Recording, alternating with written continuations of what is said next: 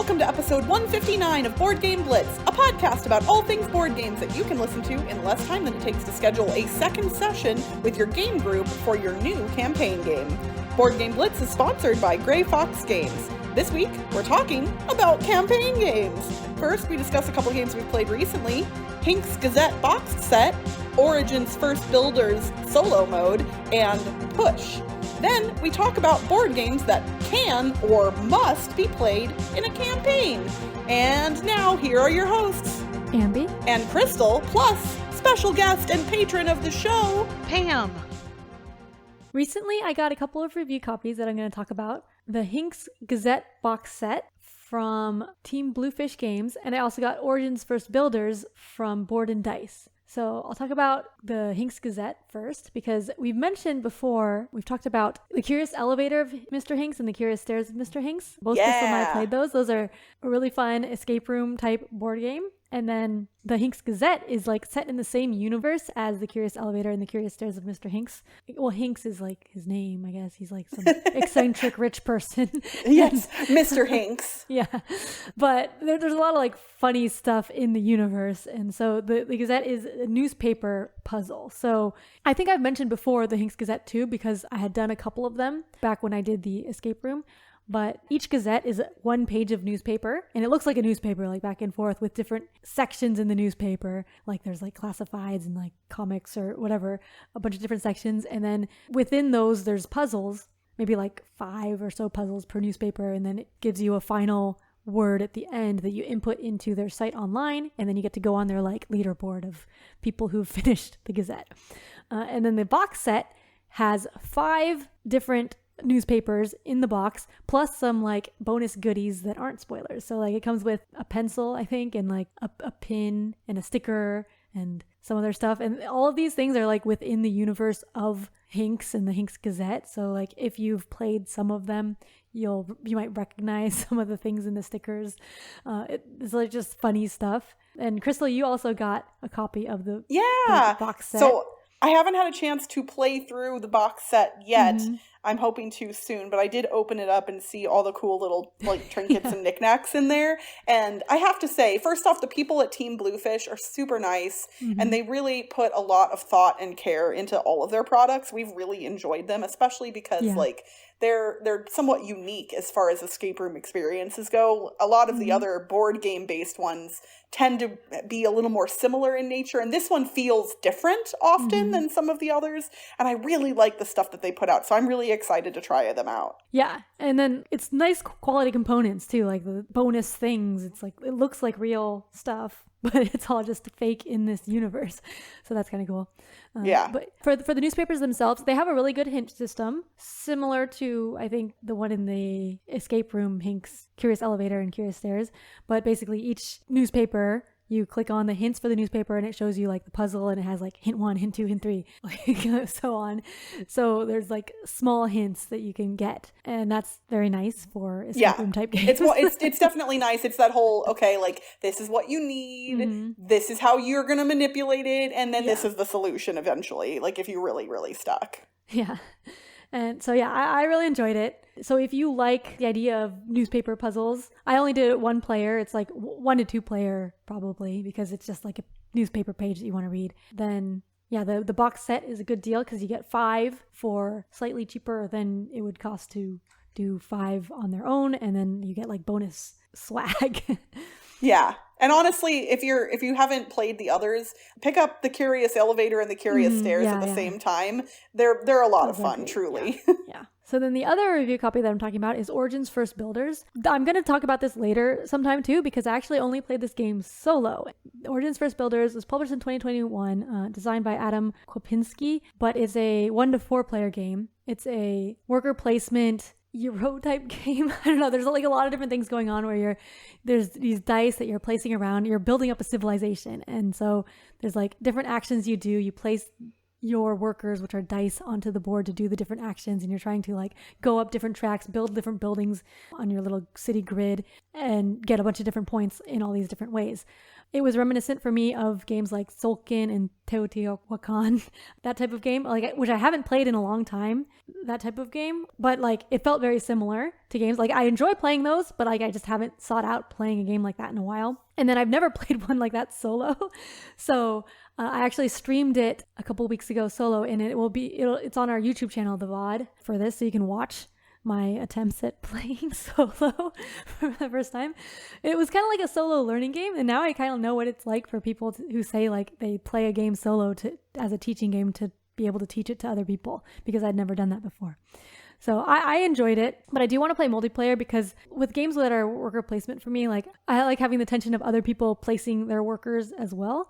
So in Origins First Builders, what's interesting is you don't actually block spaces from people, but when you place on a space, the space has a number from 1 through 6, and there's these little like dials that turn on the space. So like when you place your die on the space, your die has to be equal to or greater than the value, and then you increase the value by 1. So like the order that you go in matters. Like you want to make sure you go when you can still afford to go there, because otherwise you have to pay extra if it's too high of a value. In the solo game, you end up increasing that one, and then you increase another one by 1. So like it's basically a puzzle. There's no uncertainty in which ones are going to get increased in the solo game. But in multiplayer, it's going to be like the tension of like, oh, are they going to try to go to that space before I go? So then I won't be able to go, and then I won't be able to afford it, like that. So I really was excited to play multiplayer Origins First Builders. But like, yeah, I just wanted to mention that I did play it solo, and I enjoyed it. My first ever solo play of a long game like this. Oh, it's not that long, but like a bigger table space game like this, because all the other solo games I played are like small print and play games. So yeah, that was Origins First Builders. Awesome. All right, well, I am going to talk about a game that I know I have mentioned on the podcast before, but I don't know if I've ever done a full review of it, and I think it deserves it, and that is Push. So Push is a game from Ravensburger that, honestly, if you saw this sitting on a store shelf, I think most hobby gamers would glance right over it and just move on. It kind of, like, the box is kind of reminiscent of Uno to me to some degree, and it really looks like not a gamer's game. What's interesting is I actually got it for free back at BGG-Con in 2018, and I know I talked about it after I picked it up and played it. So Push is a push your luck card game for 2 to 6 players. The deck consists of cards numbered from 1 to 6 in 5 different colors.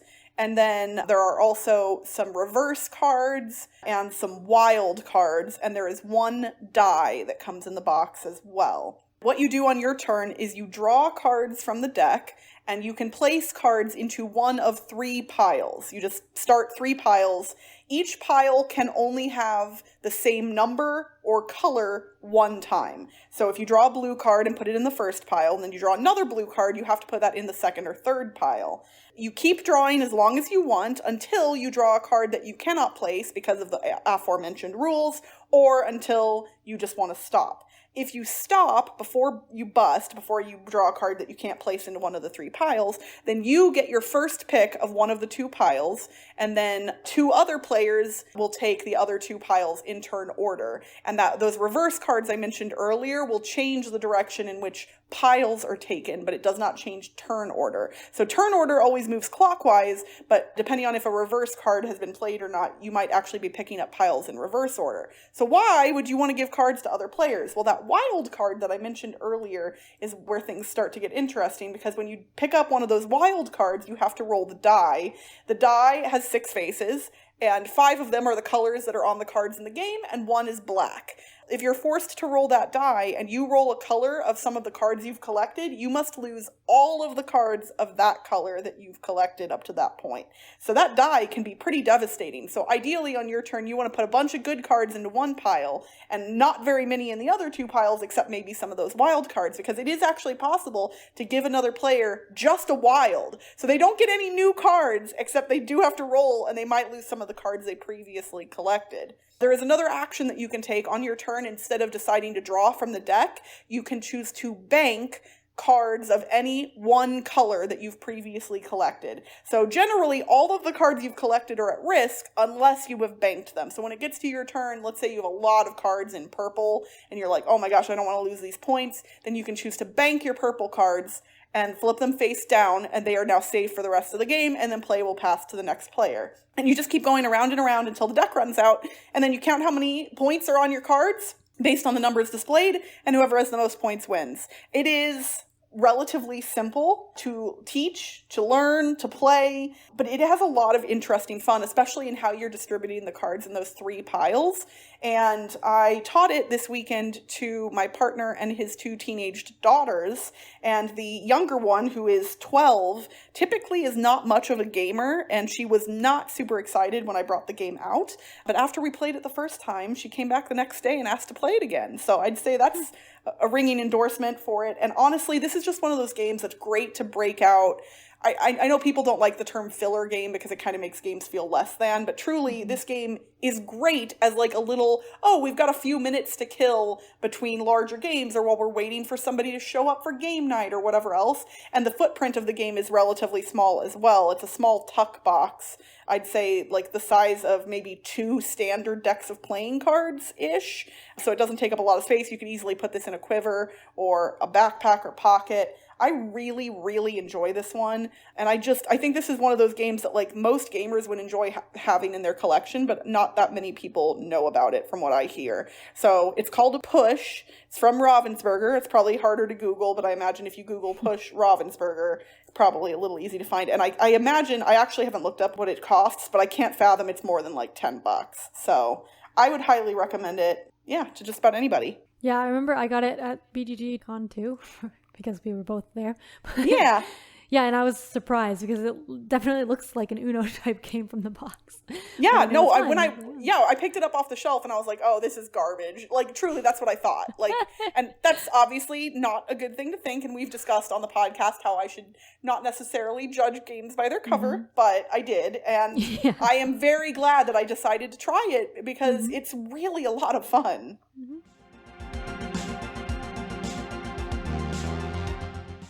All right, let's dig into our main topic for the episode. If you heard our last episode, this was something that came up when Ambi was talking about the Lord of the Rings Journeys in Middle-earth. We were like, wait, we haven't really talked about campaign games specifically as a topic on the podcast before, and I thought that might be fun to do. Yeah, so we're going to talk more about Lord of the Rings Journeys in Middle-earth and other campaign games too. So, Pam, are there any games that have campaigns that you have played that you really enjoyed? Yes, there's, I'll say 3. One primarily a solo, which is One Deck Dungeon. And it's a lot of fun. On the app, it is really easy and fun to play it as a campaign because it stores all your stats. You don't have to keep track of paper or anything. And that one's a lot of fun. It's always on my iPad, so stuck in an airport, stuck in a line somewhere, you can, knock out a game, and that one's a really good time. Yeah, I've actually played that on airplanes multiple times because it really can kill a lot of time, but it doesn't feel like arduous to play through. Yeah, it's easy, but it's got some variety. Yeah, for sure. I didn't even think about solo campaign games because like a lot of times when I think of campaign games, I think, oh, it's hard because you have to like get the same people together to play it all the time. But with solo, you just have to get yourself to play it. And still with me, that's still kind of hard because you got to get yourself together. I was remembering, I did play a solo campaign game, Bargain Basement Bathysphere, which is a free print and play. I think they're actually like printing it as an actual game now, but nice. I mean, like it is an actual game, but like a published game. But yeah, with that one, I played through part of the campaign, like half of it, I think, and then it was getting like longer and more difficult to play a game because like each game was lasting longer. So then I kind of stopped.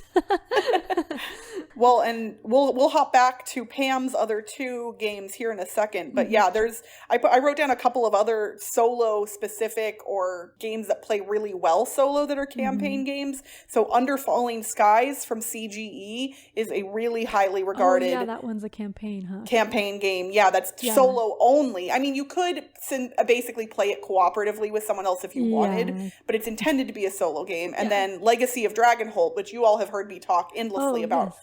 technically also could be played with multiple people, but I really enjoy it as a solo experience. So I think, for me, when I think of campaign games, the solo ones are not what come to mind for me first either. Yeah, and I actually did play through Legacy of Dragonholt and finish it, so yay! Woohoo! But that also reminds me that that's kind of like a role-playing game too, an RPG, and like role-playing games are usually campaigns. A lot of those are like campaigns. They're not board games, I guess. But... It's the line gets blurred, right? Like, is Legacy of Dragonholt a board game? Yeah. Or it's because it isn't. That one's like, on Board Game Geek, but like other role-playing games aren't. And so right. But yeah, like I guess role-playing games are where I first was introduced to campaign games, because when I was a kid, I played Dungeons and Dragons, and then that was a campaign. They were called role-playing campaigns, right? So that I was more familiar with that before campaign board games. Oh yeah, and I would imagine we have probably a lot of people who, not necessarily that listen to our podcast, but out in the world who don't think of board games when they think of campaigns, but they do know like about Dungeons and Dragons and other role-playing games.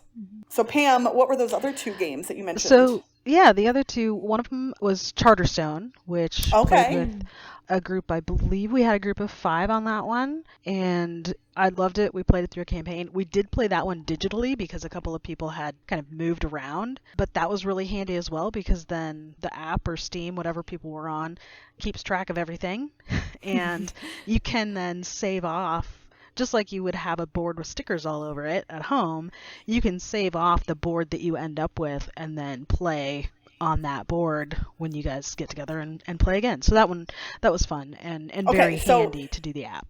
So Pam, you're just mentioning things that inspire conversation, so we're going to interrupt your list of 3 again, because this brings up a really good point that legacy games are generally, or I would say in almost all instances, campaign games, but not all campaign games are legacy games. Charterstone definitely is both a legacy and campaign game. And for those listening who aren't familiar with legacy games, I guess we didn't really define a campaign game either. Maybe we should do that. So like what you think of as one, right. For me personally, and you all feel free to differ in how you would define it. For me, a campaign is a game that you play multiple times that generally has some sort of story associated with it, and you progress through the story each time you play, and the gameplay might be incredibly similar each time or a little bit different, but generally you're playing the same game, but just with some different factors put in. And then a legacy game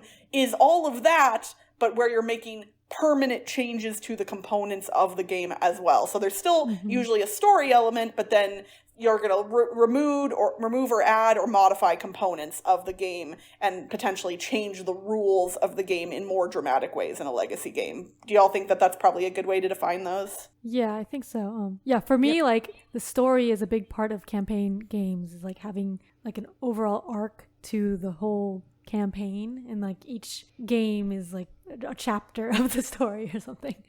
Yeah. Like when I was making lists of games, I actually put a couple on here that I think really aren't necessarily campaign games. They're more just games that have multiple scenarios. So like Mansions of Madness, which I put on my short list, I was like, that's technically not really a campaign. Even though you can play the same characters through multiple scenarios, there really isn't an overarching story, right? Yeah, like you can play them kind of in any order. So that's not really a campaign, although you could take those scenarios and play them like a campaign. You could kind of do it on your own, but the game doesn't natively connect the dots for you. I wonder, would T.I.M.E Stories be a campaign with all the expansions? Because there was like an overarching story, but like it's multiple games, so it's not like a campaign game, it's a campaign series or something. Yeah, that would probably count, as like a campaign series. One that was so wonderful until it wasn't. And I am still bummed about that, folks. I'm not over it, basically. All right, so Pam, what was the third one on your list? Yes, so the third one I'm hoping will actually pass the official and clarified campaign definition. I mean, for the record, you can say whatever you want. So yeah.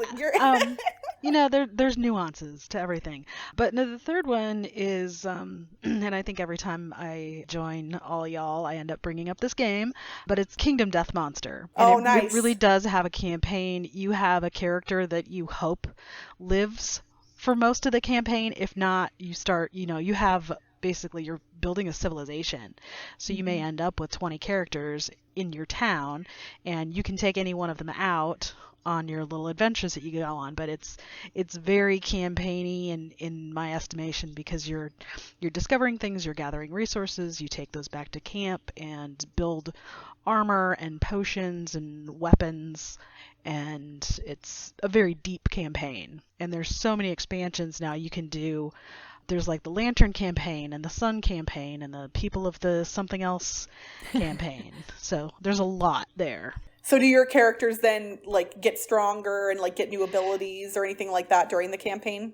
Yeah, they do. Yeah, they do. You don't even get a name until you get through the prologue, because you're probably gonna die. So like you get through the first kind of prologue, and then you earn your name, and then you go back and you skinned a lion, so now you have lion armor, and you can build those things and craft things, and you learn skills. You can get better and better with weapon mastery and those sorts of things. So yeah, definitely character growth. I still haven't played Kingdom Death Monster, and like I think part of it is because it's like a big campaign thing. And is there like a one-off scenario that you can play? I will say sort of, like, if you want to decide if it's really something that you want to invest your time and life into, life savings into, you can play through the prologue, and it will give you a taste of how what's called the hunt goes, how the mechanics of, moving the characters. You pretty much always play with 4 characters. And the prologue does give you kind of a training scenario and an introduction to how everything works. And then when you come back from that training scenario, you get to start your civilization. So it really gives you a good taste of why you want to keep coming back if you're into that sort of long haul civ building. I guess that's true of a lot of campaign games. Like if you play like the first scenario or something, you get a taste of what it's like.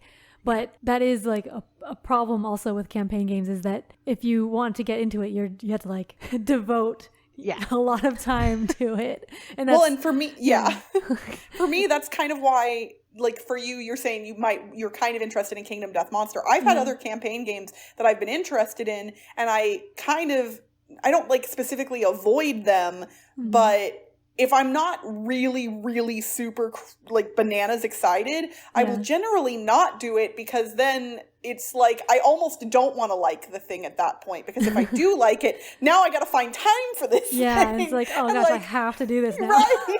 So, and I want to like it, obviously, so then I just don't play the things. Like, honestly, Charterstone, that legacy game, is a good example. I think I might like Charterstone, but I'm just like, I don't know if I want to do that.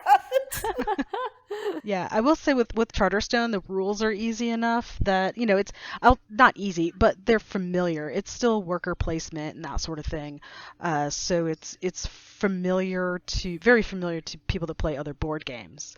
So you can approach that one, if you only play once a month or once every 2 months, it's not like you have to relearn some really in-depth mechanics and rules and that sort of thing.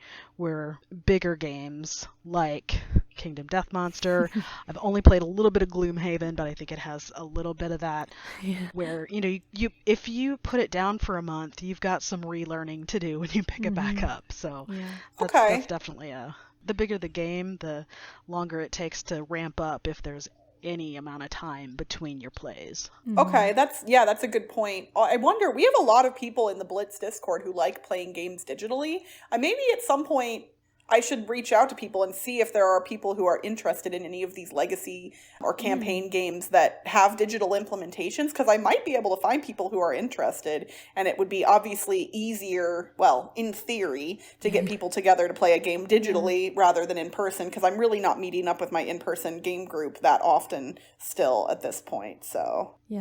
Yeah, and the setup also is a lot easier digital. You mentioned Gloomhaven. We had started a campaign with our old neighbor who lives in Germany, so that has stopped. But setup took a long time, and so if we just played one scenario in a sitting, it just felt like a waste because there was so much time for setup. But then another thing with Gloomhaven is I think like you don't need the same people to be playing. You can use different people and different characters. Does anybody really do that, though? I don't know if anyone does it, but like I think you can. But I guess theoretically you can in other campaign games too. You just catch people up on what happened and they just use that character, right? That's true. And I think there are especially some campaign games that, especially IP-based ones, where even if there is an overarching story, if people have some base level familiarity with the IP, then it kind of doesn't matter. I think, like, for instance, Star Wars Imperial Assault, like, it's technically not based on any of the Star Wars, like, movies or books or TV shows. But, like, if you know Star Wars, you kind of know, like, these are the good guys, these are the bad guys, whatever else. And each scenario is different. And so, like, when I played through that whole campaign, I think we actually did have a couple people who came in and out while we were playing. And I think sometimes even switched up characters, because the characters, if I remember in that campaign, don't necessarily change a lot between scenarios. I don't think that they like level up or anything. I think you gain new items, if I remember correctly. I could be misspeaking. That game came out like 8 years ago now, so I really don't remember. But yeah, that one was pretty easy. And then I think I've mentioned offhandedly the Princess Bride adventure book game from Prospero Hall. That one, literally each scenario is based on a scene from the movie. So if you've seen The Princess Bride, you could hop in at any point in that one. Like, if you're playing through the whole thing, it doesn't really matter whether you've played through pages 1 through 3 in the book. You could play page 4, and if you've seen the movie, you're like, oh, I know this. Like, you don't need to know anything else, basically. I think for me, some of the most exciting, or the campaign games that I tend to enjoy the most, are the ones where you do have a character that grows or changes or gets new stuff or new abilities over time, but not like too much, because my brain will forget that I even have an ability if I have too many.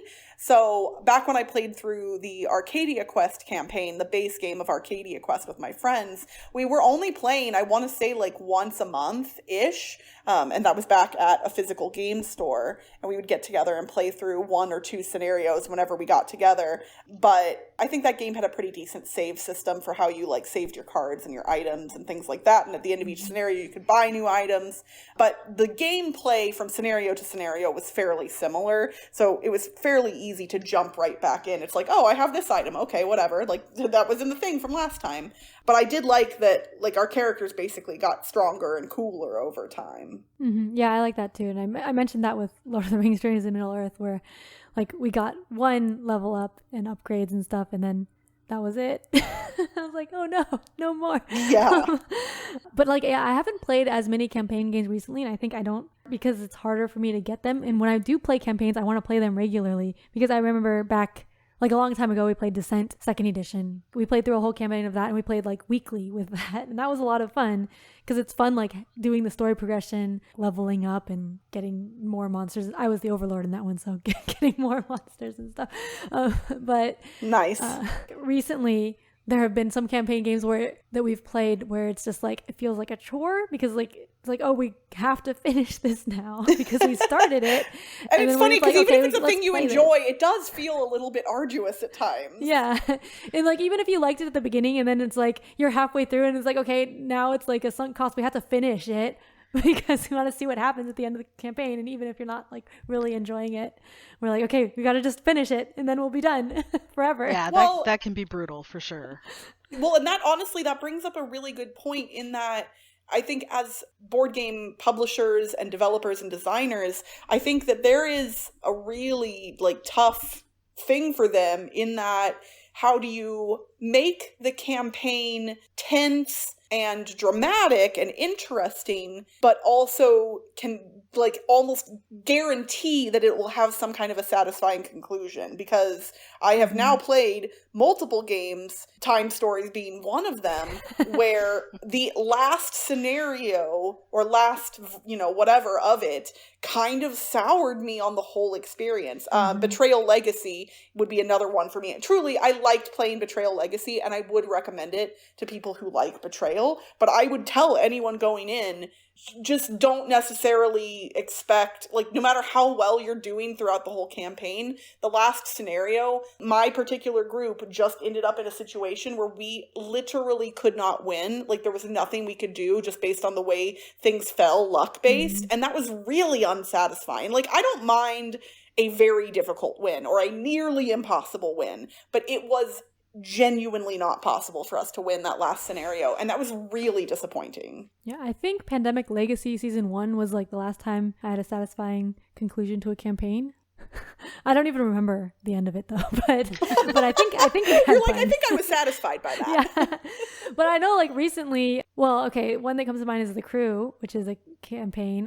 That is a good point. And my group did not like The Crew. Well, we liked the first few plays of it, okay, but then it got just like boring for us because it was just, I don't know.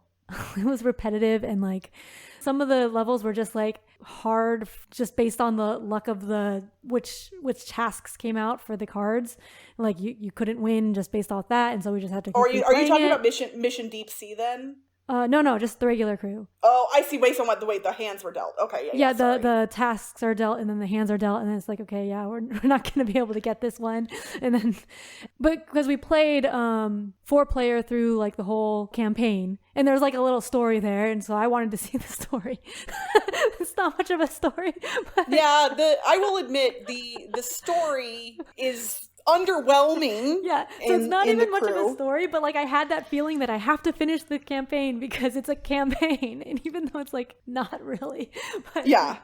And for me, I really enjoyed The Crew, and I did play through the entire 50 scenarios with 2 of my friends, Kathy and Elissa. We played it on Board Game Arena to make it a little easier. And for me, unlike most campaign games where the story is the draw, for me in The Crew, the challenge of each scenario or level was more of a draw for me. So it was kind of just like let's see if we can do all 50. And the story, honestly, we were pretty much ignoring it the whole time. And that's unusual for me in other campaign games. Usually the story is more important. Yep, I was the only one who was reading the story because that's the part I actually enjoyed better than the game at that point. Yes. Well, there are a lot of campaign games that we have not mentioned. Just about everything Jerry Hawthorne has put out, like Mice and Mystics, Stuffed Fables, Aftermath, Familiar Tales. There's the stuff over from Red Raven games, like Near and Far, things like that. Not to mention TCGs and LCGs that technically have campaigns as well. Oh, some of them, like the Lord of the Rings LCG, yeah. Yeah. Arkham Horror, yeah. Yeah, there's I haven't finished any of those either. I know, and I think that's going to be the case for a lot of gamers, right? Like, I know some people are very dedicated to those types of games and kind of make them into lifestyle games, but for me, I have to have a group that basically, from the get-go, is like, we're going to do this whole thing, because otherwise, I don't want to start stuff and then not finish it, but I also don't want to start a thing and then have to finish it if I don't like it. Yes. So it's a catch-22. Yeah. Yeah, and then with the card game ones, they just keep coming out with expansions, so like it's a never-ending campaign. Right? Yeah, you can't even, there is no end. There's no end. Yeah. Pam, any final thoughts on campaign games? Well, it just made me wonder when we talked about, you want to have those exciting endings, and I wonder if that was some of the inspiration behind a legacy game where we know it's going to have this story arc and an ending, and adding that, you have to tear this card in half, or you have to put this sticker on this board and it's going to be there forever. I mean, being a board gamer, you take care of your cards and you keep stuff off the board, and then actually being told, no, you need to do this, it's kind of a different level. It's almost breaking the fourth wall of board games, where you're doing damage, and does make it more permanent, where like a D&D campaign or anything else, like, oh well, yep, that didn't work out too well, let's start again. You can't do that once you've torn up the cards. So it's interesting ponderance. For sure. My first Legacy game was Pandemic Legacy Season 1, and I played it with 3 friends. And the first time I had to rip up a card, I was like so nervous, and it took me like a while to actually do it. But once I broke that seal anytime we had to destroy a component, once we had definitively confirmed that we had the right component and we definitely needed to destroy it because we did want to make sure we didn't screw up, man, I gleefully tore those cards in half. And what really sucks is then later I've played campaign games with that same group, but they weren't my copy of the game. My buddy Greg, shout out to Greg who listens to the podcast, when we played Betrayal Legacy, anytime we were supposed to completely destroy a component, he just put it into the bottom of the box, and I was so disappointed the whole time. I was like, let me tear them. So thanks for not letting me tear up your game, Greg. Whatever. It's fine, obviously. And that's it for this week's Board Game Blitz. Visit our website, boardgameblitz.com, for video and blog content, as well as to get links to all our social media pages. This episode was sponsored by Grey Fox Games. Visit lastlightgame.com to late pledge for your copy of Last Light today. And don't forget you can get any non-exclusive game from Grey Fox at a 20% discount by visiting greyfoxgames.com and using the code GFGBLITZ2022 at checkout. Join the Blitzketeer community on Discord by following the link in the show notes. You can support the show by leaving us a rating and review on your podcast provider. And if you want behind-the-scenes access and an invite to our private Slack channel, visit patreon.com/boardgameblitz. Our theme song was composed by Andrew Meyer. Technical support provided by Toby Mount. Until next time, oh, this game campaign, baby, it's much too long. Bye, everyone. Bye. Bye.